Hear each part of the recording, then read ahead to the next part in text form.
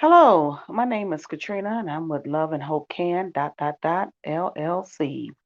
Hey, this is my very first live stream. Um, actually recording. Yeah, this is pretty cool.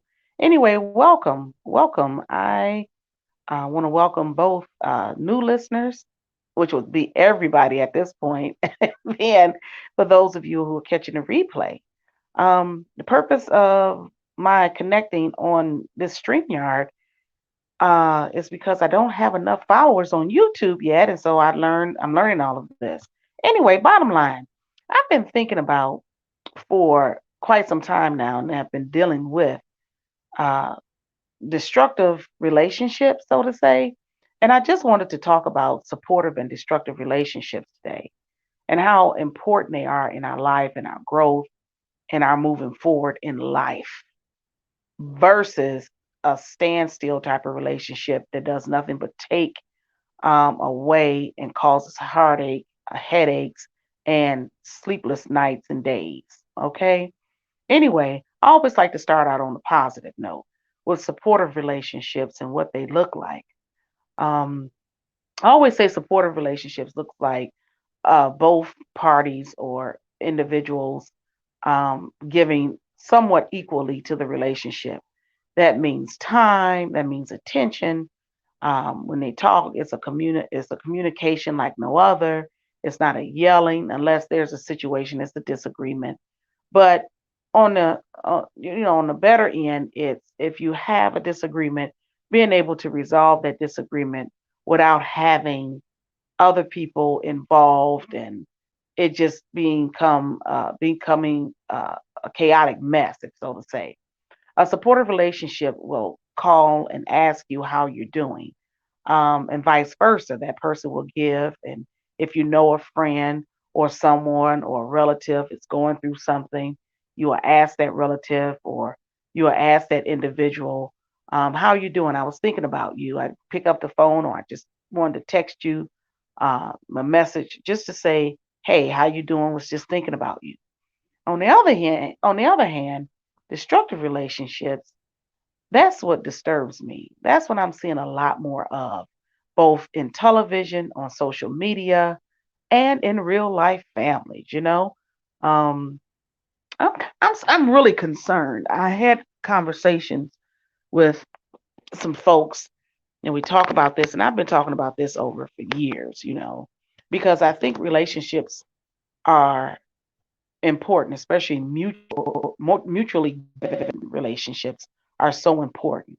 Destructive relationships offer, to me, nothing but negativity, nothing but poison, if I could say so. Destructive relationships gives to individuals or individual um, nothing. I mean, it causes headaches, like I said, sleepless nights. It causes just stress. It's not giving, it takes away from your general health and how you should be able to function in life. Relationships, for the most part, are good. They're sort of agreements, if you could. If you're in a friendship, there's an agreement that I will be your friend or you will be my friend because of. And I'm not saying it's always a verbal agreement, but it's a mutual understanding of a relationship. In the family, not so much. Your family, you don't get to choose who it is that's in your family. They just your family. And yes, I understand that family can be more destructive than anybody else on the planet Earth, right?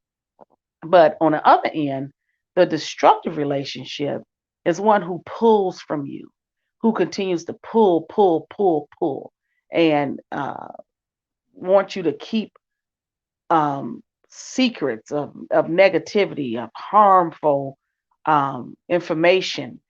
Supportive relationships support you to make sure that you're growing, that your next goal is being met through communication, through hey, let's go over here, let's chill out, let's go over here and let's sort of um, write in our journals or doing something different that helps you free your mind and brings in the positive energy.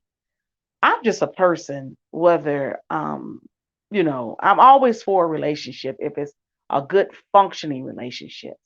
I'm not for relationships that are violent or volatile. I'm not for relationships that are just negative and just stands in place. There's no growth. There's nothing being offered by both parties. And that's important because in order to have a relationship, it's a give and take. It's a give and take. It's a give and take. And that give and take shouldn't be always the taking and no one is giving. And everybody is giving and there's nothing being taken from the relationship that is supportive, so to say. Um, so I just wanted to talk just a little bit. I wanted to put that out there because I am just seeing, and I know it's not just me, but I'm just seeing so much negativity as it comes to um, us. Um, when it, I mean, just the influence that this has on young minds. When I look at the reality shows, I look at how good friendships are turned negative. I look how marriages are destroyed. Um, I look how the ratings go higher and higher when it's a negative situation around it. But anything that's supportive, that's positive, that could be supported in a whole nother way or give a whole nother message or the messaging is positive. I don't see too many ratings that come out of that. Um, Also, I'm just concerned. I'm really concerned about where we are in 2022 with all the destructive things that's going on in the world, how that is influencing the young minds, young impressionable minds, let me say, because this what I see, and I'm a grown woman, married, and the things that I see I'm like, wow, if my mind was not strong enough to be able to handle that situation, oh my goodness. And I always say, and I always thank God for what I have in terms of God, if it thank you for this, that, and the other, because I see it so much influence that is not a positive influence. And I see so many young folks that are falling for the okey doke. And I want them to be able to live freely to a point to where they are understanding what is destructive. When you grow up in it, you think that's normal. You think like say for example, I have a background in social work slash social services and just dealing with children and family. And just in dealing with children and family, I've seen so many types of situations, so many types of abuses, and there's one thing that I can say that children, no matter what, they're going to love their abuser if they don't know anything different, right?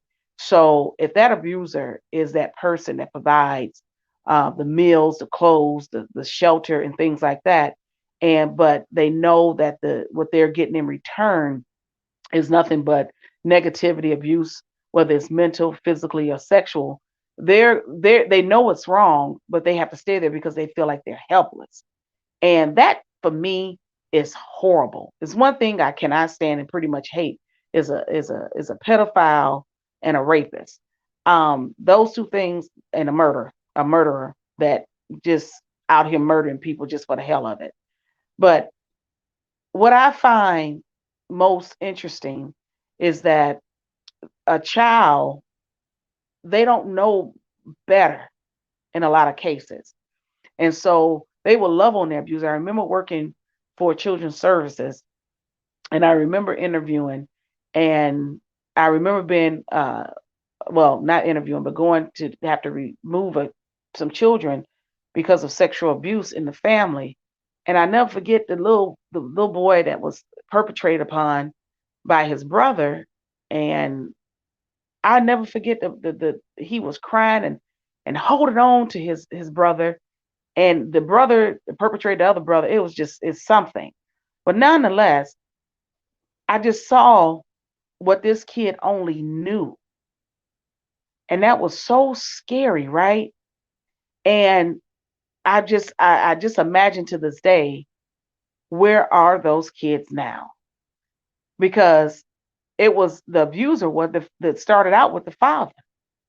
And and the mother knew about it.